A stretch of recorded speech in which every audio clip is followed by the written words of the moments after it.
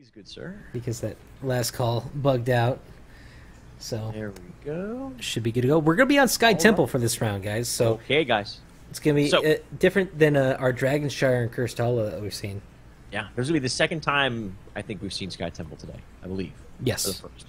I believe Second it's time. the second. Okay. Goon Squad taking out the Illadones. The Illadan turned into an Illadon't. And the Lost Vikings being taken out by Team Blaze. Don't want to deal with that. They're an effective hero on this map.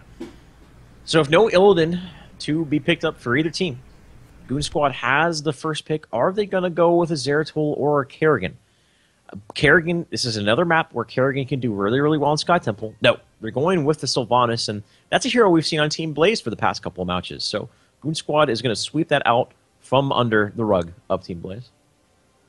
And it's a great idea. I mean, they really had to focus on worrying about like the constant pressure that Sylvanas can be like putting on a lane at any point during a game. So, like that last match, we saw who was it? Sylvanas, Nubarak, and Uther down the bottom lane, just putting tons and tons of pressure on that map. Yeah. They got a fort down within the first few minutes of the game, and they were able to manage to take out a Tassadar as well, which pushed their experience advantage even further. But time and time again, we've actually seen Goon Squad do a little bit poorly against Team Blaze in the early game, but they push it to that mid to late game, and they just go full on. They take advantage wherever they can. They know their talents. They know what they need to be doing at any point during the late game. It just seems like they have a little bit of a weak early game compared to Team Blaze at this point. I agree. Team Blaze getting themselves a Jaina, phenomenal hero, and a Nubarak. So we're already seeing a lineup that yielded them a victory from last game, minus the Sylvanas, obviously. So, are we going to see Kerrigan Uther being picked up here? I think it'd be a strong pick. It's got them this far. It's strong on this map. It's tried. It's true. I would really like to see that picked up here from Goon Squad. And with the Uther being put into consideration, Team Blaze can't go with this full, like, gung-ho control the Kerrigan or the Illidan or whatever it is, within a Nubarak, a Muradin, a Shrinker, and things like that, because Divine Shield completely negates all of that. So if they are going to go with a melee assassin, whether it be Zeratul or Illidan, I would like to see Uther in tandem with it. If we don't see an Uther pick up here, I think we're more than likely going to see either a Brightwing or a Malfurion, and maybe and they're probably going to ban out the Tyrael as well, seeing that a Nubarak. I'd honestly really like to see a Zeratul pickup over an Illidan or anything like that. Zeratul is, like, we've seen the Void Prisons come out of Goku, and they've just been so on point, so fantastic, that they've thrown all the team fights into their favor. So, Yes. knowing that being said, I mean, we really gotta hope. I'm crossing my fingers, and there it is. There's the Zeratul, my friend. All right, We're excellent. gonna see him being played tonight. So, and then we also see Brightwing picked up. Yep. So they're gonna have I that like global it. presence. I like it. I like it. I was going to say, if it was a Kerrigan, I want to see Uther. If it was a Zeratul, I wanted to see Brightwing. I think those two heroes really, really work out well together. And not only did they get themselves a really strong healing support in the Brightwing, they deny it from Team Blaze, as Brightwing is a very effective tool at dealing with Zeratul play. The Kael'thas ban immediately coming out from Team Blaze. They don't want to deal with the shenanigans of that wizard. And now Goon Squad, are they going to ban out the Tyrael? Every time we've seen an Uberak picked up in this situation, I believe they have banned out the Tyrael. They don't want to deal with the Bruiser Brothers of an Uberak and Tyrael. It's such strong initiation. And when you have a fragile hero like a Zeratul or Sylvanas, it's a lot of potential. Another ban I think that would be very effective would be a Tassadar coming out of Goon Squad. Definitely. I mean, they like we said before, they've got to really think, what are they going for? What warriors do they want to have? Now, we could see a repeat of the last game, and they could go for Muradin again and take that away from Goon Squad. So, at that point, then they do ban out a Tassadar. Okay. Because they don't want the Zeratul being found out. None of his shenanigans will be seen today. Yes. But I do think that they might take up Muradin again and block Goon Squad from having that. Because you saw how little control they had over fights compared to an Anubarak Muradin when they had that Joanna. Yeah. I think either Muradin or Tyrael would work really, really well. And I think that is what we're going to see Team Blaze pick up here in the next phase. Following that up, though, They still need healing support. And again, Uther's on the board. Though if they want to go with the double warrior composition, I think Malfurion would be a little bit more well-suited. There's the Murden. You called it. And now I would like to see a Malfurion picked up here. Though they could save the Malfurion pick to last because Goon Squad has already picked up their healing support. So they might instead wait a little bit and pick up themselves a reliable DPS, and that's exactly what they'll do. They're going to pick up the Vala. So I expect Team Blaze to round out their draft here with their fifth pick as a Malfurion. Could be an Uther, but I think Malfurion is going to be the superior choice here. And Goon Squad has 2 more choices to make. They need that warrior, more than likely going to be a Johanna, and to back it up, another good sustained damage dealer. Definitely, and like you're saying, I almost feel like maybe someone with a little more disruption. Maybe, I hate to say it, but Diablo. ETC. Oh, okay. I would love to see ETC here. Actually, I think he's still a strong hero. He's still a strong warrior. He synergizes pretty well with Zeratul. There's also the probability that they go Abathur here with the warrior. I don't think we're going to see that, though, because it's Sky Temple. If this was Cursed Hollow or Garden of Terror, I think I would see the potential of an Abathur with the Zeratul. They still might go with it and just go all in with them with that Zeratul. Just make that Zeratul as powerful as you possibly could. But I actually would like to see an ETC here, though they generally tend to favor the Johanna. They've had a lot of success with her thus far, so I think anything but the Johanna will surprise me, to be honest. I could see that, yeah, but they could have some more initiation with an ETC, like you're saying. Absolutely. Like, they don't have any hard initiation right now. They have Zeratul that can come in and poke a little bit, and they do have the Johanna now, so they either need some more damage. Well, they do need more damage, to be honest, and I could see them picking up a Zagara, maybe especially on Sky Temple with that zone control that she has, that vision that she creates in a situation. A great hero would be Falstad as well. It would complement the Brightwing pick, give him a little globe presence for the Sky Temple, and deal with the backline, the Vol and the Jaina very, very well. You throw a Wailing Arrow on top of a Hinterland's Blast, Zeratul blinks in, cleaves, auto attacks, singularity spikes, blinks back out. That's a lot of burst. It's a very reliable means of burst as well. And also the initiation from Johanna with her Blessed Shield, again followed by a Hinterland's Blast. I would really like to see a Falstad here. I think that'd be a very good pickup, though Zagara would be strong as well. Definitely. And they're about to run out of time here. Let's see if they can manage to select something. And they do go to Rhonda. Okay. Which is not what I was expecting, but still, she's pretty good. Yeah. Now, the thing with Tyrande is she always has a battle buddy. And what is her battle buddy this time around? I mean, she doesn't have a Kerrigan. She doesn't have a Diablo. She doesn't have an ETC. I guess the Johanna with Condemn, maybe? A little bit harder to pull off than the Kerrigan or the Arthas or something like that. But the Tyrande plays have been really on point from Goon Squad. Very impressed with the Tyrande play that they have done thus far. So they definitely are able to get this off. And no, it is actually going to be an Uther from Team Blaze. That surprises me a little bit. I guess maybe they are concerned about the big burst damage coming out from the Zeratul and the Tyrande. They want that cleanse. They want that Divine Shield. So they're going to go with the more burst healer warrior over the control and big AoE sustain healer, Malfurion. My concern is that how little lockdown Goon Squad has compared to Team Blaze. We saw this exact thing this last game. That's true. So that's very true. They don't really have to worry too much about the potential Illidan lockdown like they had to last game, but they still had to be concerned about the lockdown that they're going to have on this team. Yeah.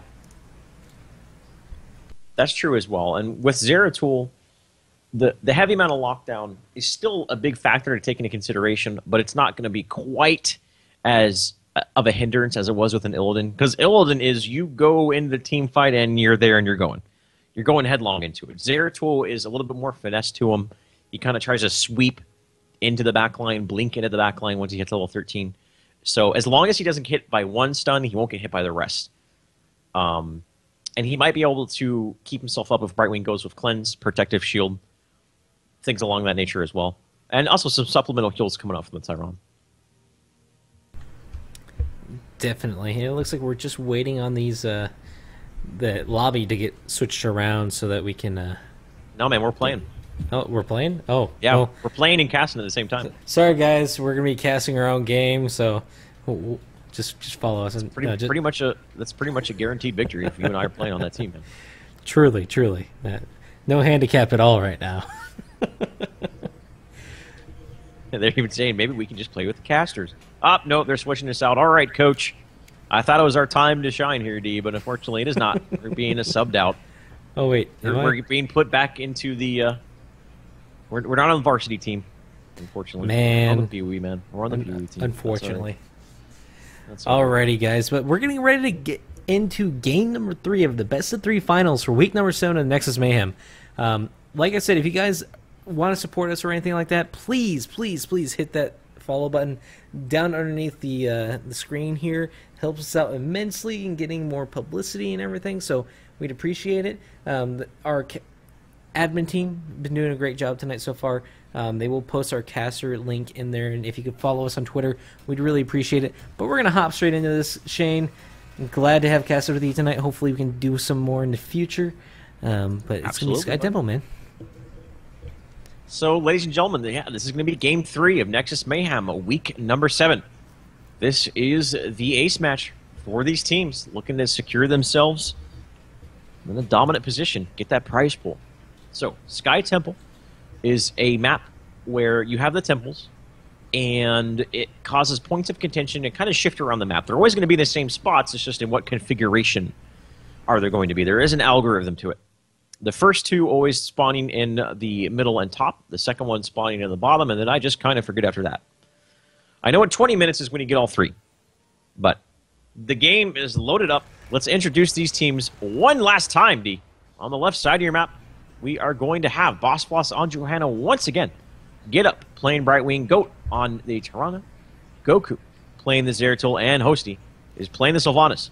And that, ladies and gentlemen, is going to be Goon Squad. Alrighty, then over here for Team Blaze, we're going to have Claudius on the Anubarak, Tugganuts once again on that devastating Muradin, D-Noob, it's going to be on Uther, Kier on the Vala, and then we're going to have Rafflecopter over here ruffling away behind the core on the Jaina. So, the gates are down. These guys are going to inevitably exchange some blows at the Watchtower. Test the waters a little bit. Goku, quick on the trigger to get right in the front lines. He's got to be careful. As we know, Tugganuts plays a pretty good Muradin. If he got stunned out there, it could have been a really quick first blood. But that is not going to be the case. Brightwing rotating to the bottom lane, going to utilize that global presence that she has. We're going to see when she goes at level 4. Promotes pretty much the go-to one here, though I wouldn't be surprised if we see a protective shield out of her at level 4. And this could be really detrimental to Team Blaze at any point during this game, is that they're not going to have the mobility that Brightwing has. So they have to be worrying about, hey, he's down there soaking experience, giving them a slight advantage. But, oh sorry about that. Jaina went down and I did miss that. Yep, top lane, man. The Goku lashed onto her. Goat followed up with a Lunar Flare, and that was an easy first blood for him. But like I said, that mobility, man, it's going to be really, really key later on in this game when Brightwing is soaking that experience and popping in for team fights. Yeah, that's one of Brightwing's huge advantages, especially on this map after the second temple phase when it spawns on the bottom. She's such an effective tool in the early game and kind of has a little bit of that loss of IQ factor where she can kind of not be 2 places at once, but be exactly where she needs to be when she needs to be there. Precisely. And now, with that being said, we do see Bri being taken by Brightwing. Yep. So that's going to enable her to get even more pressure put on to that bottom lane at any point during this game. I actually like that a lot because the enemy team Siege Ogres are in such close proximity to you. It's not like they're tucked away in a corner, kind of like in Garden Tier or in Dragonshire. They're a little bit more open and easily accessible for you to do that. So I like that she's foregoing the utility and of the scouting drone vision, going for a little bit more aggressive movement, and also, I mean, you can use it to get your own Siege Ogres as well. But I would like to see Get Up be a little bit more aggressive with it and end up getting the Siege Ogres on the side of Team Blaze. Rafflecopter in a very poor position gets taken out in a couple seconds by the Lunar Flare Zeratul combo, which is pretty brutal. That's exactly what happened at the first time. That's the second death on Jaina in just 2.5 minutes. And with that death, even though it's only, a small period of time with her being off the map, it's enough time for Goon Squad to rotate down to the temple, get mid-temple, and now they'll be able to rotate back up top in full force and potentially contest this one as well. Precisely, and they had the additional threat of that Brightling, with like we've been talking about all game. It's very crucial that you keep in mind that Brightling can be in a fight at any point during this game. Yep. Doesn't matter where she is. So, but we do see Promote being taken by that Brightwing in the bottom lane, so she's going to be pushing the crap out of that bottom lane. Yes, she is. She's going to be pushing it real good. And this temple is going to go completely uncontested to Goon Squad, so they are going to get both of these temples. So already, Goon Squad is in a better position than they were in the last game. With that Zeratul pick and the Tyron pick, given the early game regression, netted them 2 takedowns thus far, both on the same target at Jaina. And all the meanwhile, Brightwing just pushing bottom. And is Get Up going for the aggressive Siege Ogres? He is. Okay, awesome. This is exactly what I wanted to see. This is why he got Bribe. And he's already doing it. Just 3.5 minutes into the game, he was able to snatch up the enemy team's Siege Ogres. And they're already going to hit that 3rd talent tier right now. They just hit that level 7 talent tier. And they're going to go for some sort of play here, I'm thinking. Because it's still a short amount of time before they do hit level 7 for Team Blaze. And they're going after Tug of Nuts. But he's going to be able to get out of there with his leap away. At this point, I'm not sure like what... They may be just going for Merc camps at this point. Or Claudius is going to take quite a bit of damage from Goku. But he's going to be able to get out of there by the skin of his teeth. Yeah, narrowly able to get away there. If Boss Floss was a Kerrigan, I'm just kidding, that wasn't going to happen. So normally what we see around this time is the teams generally fall back to the Bruiser camp. That's exactly what Team Blaze is going to do. And the idea is that you get the Bruiser camp right around the same time the bottom temple spawns, and this kind of puts some split pressure onto the map. With the Bruiser camp pushing out the top lane, while at the same time you contesting the temple in the bottom lane. And it's a very standard strategy we see that's been around for a long time. And right as Team Blaze is going to do it, looks like Goon Squad is going to be falling back and doing the same thing. So these two Bruiser camps will essentially completely negate each other out. We should see that Bottle Temple spawn here in just a couple of moments. Now, we do see Team Blaze going in here to try to combat the Bruiser camp on the top left side, but it's not going to be enough. They're going to be able to gather with relatively nothing happening. They will take a bit of damage on the side of Claudius, but Uther's there to help him out. Now, D-Noob is in quite a poor position. He's going to be surrounded by everyone, and he's going to possibly go down. It doesn't look like he's going to be able... He is going to be able to get out of there just in time, but it looks like they're just going to try to back out. Get Up in a bit of trouble here, but he's going to be able to get out just fine. So at level 4, Get Up did go with Promote. Level 7 is here for all involved parties. He's going to go with Gust of Healing. And Vala going with the Syrian attacks, not going with the battle momentum. So that's interesting. A little bit more damage on her right click and foregoing the battle momentum of getting her as many multi-shots off in team fights as she can. She actually doesn't have battle momentum anymore. Oh, I forgot. They got rid of it on her. I don't know why I was thinking that. I was thinking of a different hero. The bottom temple being completely uncontested and pretty much being given to Goon Squad for free. And as I say that, they do rotate down there. And in the meantime, up in the top lane, Get Up and Hosty were applying some aggression to Claudius' Anubarak, but Tug of Nuts was right around the corner to help back up his buddy, and they pushed him out. And the positioning right now for Goon Squad is a little awkward. They actually, they are able to get a kill on the Vala. And now Uther is looking to be going down as well. That's what I was just about to say. They aren't pushing themselves real hard with level 10 advantage. And the moment I said that they sweep up 2 easy kills. And cherry on top of it, they're going to get this temple uncontested in the bottom lane.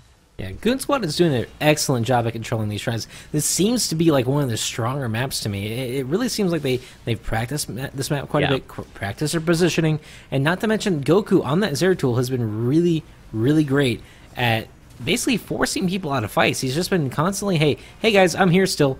Just to let you know, don't go too far forward. Yeah, it's definitely a lot better. Brightwing going to be going down in the top lane, and I mean they committed a water elemental for that.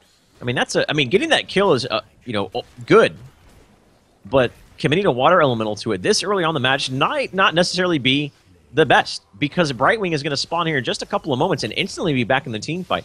On the other side of the map, though, Vala gets taken out once again by the great coordination and combination of Goku and Goat. Yeah, and we do see the Vala takedown happen relatively quickly.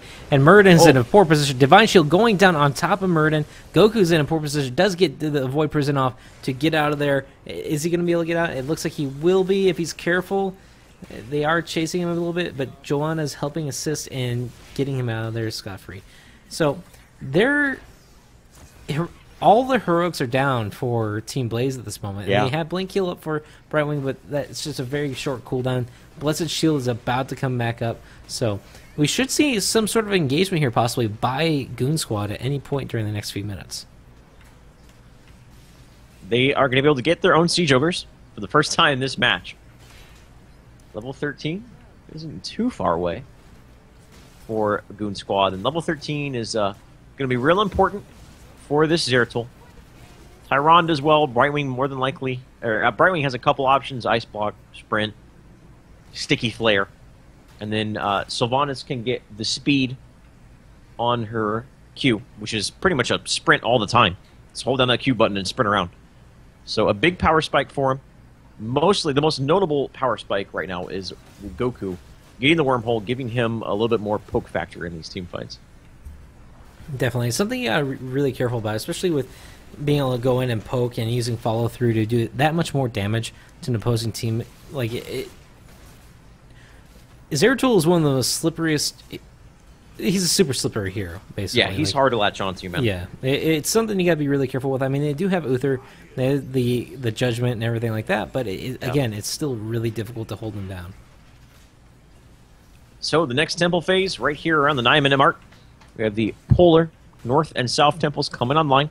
Initially, Team Blaze was posturing to get themselves a foothold in this bottom temple, but they retreated immediately. Goon Squad responding. They're going to pick this temple up. And Team Blaze is kind of splitting themselves across the map. One's going to the Bruiser camp, and now Jaina is completely caught out of position. And because of that small disconnect there between the teammates of Team Blaze, that was an easy pickup. Now a two-man Void Sphere. There's a Wailing Arrow, followed up by a Lunar Flare. The Divine Shield was able to keep him alive there. No, oh my lord, Valo Solo, the Fountain is going to keep him alive, at least for now. I thought he was dead to rights, but thankfully his Fountain was off cooldown. And he's going to keep himself alive for now. So only one takedown going the way of Goon Squad. But both of these temples are still online. The bottom one still has half of its juice left and all the juice up on the top one. Definitely. And looks like they were actually able to pick up Clairvoyance for Uther at the level 7 talent to basically show, hey, Zeratul, you can't do whatever you want here, because if we see your Shimmer, we're going to put you out in the open. You're not going to be able to get away if we catch you out. And then we see the Shrink Rare pickup, which is pretty standard. I mean, we see the Burning Rage coming up from both Muradin and Anubrak. They are really focusing heavily on eliminating the threat of that Zeratul. They kind of their movements across the map aren't very fluid. They had a moment of indecision yet again. The last time they had a moment of indecision that cost Jaina her life. They went down to the boss, then they stopped, then they turn around. Now 3 of them are going to the Bruiser camp. And once again, this is the same situation they were in before, where they were split up. Though Jaina is in a little bit more of a defensive position this time. D-Noob got caught out by Goku, but he just hammered Justice him and walked away back to the safety of his own teammate. The Bruiser camp being picked up here. Brightwing with Promote, though. Such a strong ability. This is going to help swing the favor for this lane push a little bit into their side. But with Sylvanas push factor coming into play here, that Bruiser camp got cleaned up in just a couple of moments. Level 16 advantage going the way of Goon Squad. The temple as well, battering down on the tower. And this keep is very susceptible to going down. If Goon Squad is able to get a pick off here, that'll more than likely be the first keep of the match. And that's what we were talking about with Goku and the harassment he's able to put on with his blink, with his double bomb, all of that good stuff. I mean, you have to be really, really careful, especially as someone playing like a Vala or even the Jaina here. Like, if you're caught out in the open, you will get destroyed. Yeah. They now, Goon Squad falling back. It looks like they want to. I don't think they're going to commit to the boss here. I think they're just trying to set up a little bit of an ambush here. It would be a little crazy and cocky to go for the boss right here, D. It really would. I mean, they got to be really careful. Goku getting stunned out by Claudius, making sure that he's able to be seen at any point. That Burning Rage is going to do a number on him if he gets anywhere near him. Yeah. They are going to steal these Siege Giants and actually push down that bottom lane a bit more, but they don't want to engage right now. They're level 15 to 17. They want to make sure that they get that 16 talent before they try anything. Oh man, Muradin is completely cut out of position. 2 Blood for Bloods have already been used. He had to pop Avatar, but even with the HP boost of Avatar, he gets torn apart. And a good Void Sphere onto the Uther took him out of the fight, which enabled Tugganuts to get ripped apart by the Zeratul and the Tyron of Goon Squad here. And once again, they're going for yet another set of Tier 2 towers here in the bottom lane. A kind of zoning strafe being laid down here by Cure. Not the most effective utilization of that ability thus far. They know they're at a huge disadvantage. Their big frontline tanker is going to be going down. Rafflecopter, he goes down to the burst of Goku. And that is the strength of Zeratul right there, ladies and gentlemen. Another person going down here, and that means this bottom keep, with the help of Sylvanas, is going to be going down. Now, at this point, they could potentially go for core, but they have 4 members of Team Blaze up, so they're more likely going to back out of here and go take some Merc camps. And the next temple phase, just the Forever Alone one, up in the top lane is going to be spawning here. And that temple has enough juice to take out the tower, the fountain, and do a large amount of damage to the keep. I'm not sure if we'll be able to kill it, but it'll get really close to death. And that means if that keep gets taken down, only 1 keep left instead of towers to keep Team Blaze in this match. And the closer we get to that 3 keep phase, or the 3 temple phase at level 20, the closer that Goon Squad could just win the game by default, by simply just sitting on top of the temples. So Team Blaze is so far behind on map control. They haven't gotten a single fort thus far. They really need to get a temple. This is their moment to get something going for them, because they are on even levels with the talent tiers, and they need to do something before Goon Squad hits level 20. They really do. And Bossvoss and Toronto going in there, trying to do a little bit of damage to Dinoob. Void Person going down, locking out Johanna, but the Wailing Arrow goes down on top of Jaina and Vala, and is going to take them out pretty easily. It looks like Cure might go down, and he does. That Envenom did work on top of him, and then Uther goes down as well. Claudius is in a great deal of danger here. He gets taken out by Hosty and Goku. They can't really defend against this anymore, man. They can't. I don't know what they can do. They're down 3 levels, a 4 for nil exchange, 13 kills to 2, a baker's dozen in the hands of Goon Squad. Now they're going to go down to this boss. This is a perfect moment to get the boss. Meanwhile, Brightwing is going to be sweeping up to the top temple to get the rest of the juice off of that temple. That keep is going to be taking a lot of damage. Actually, it looks like, yeah, this top keep is going to be going down. Boss is going to be pushing bottom lane all the way into the core. Sea Jokers are already on top of the core. And this is an awful position for Team Blaze. Goon Squad has to be feeling good, but they cannot make another big overextension like they did in the last game, because that is what lost them that last match, was a huge overextension. As long as they don't throw themselves recklessly underneath the keeper, underneath the core, they're in prime position to win this game right now, dude. And Kier just got erased by Zeratul going in there, blinking in, double bomb, rewind, double bomb, blink out.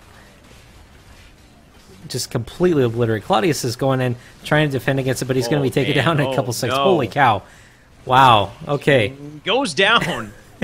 Goku and Hosty going balls deep, trying to taking him out.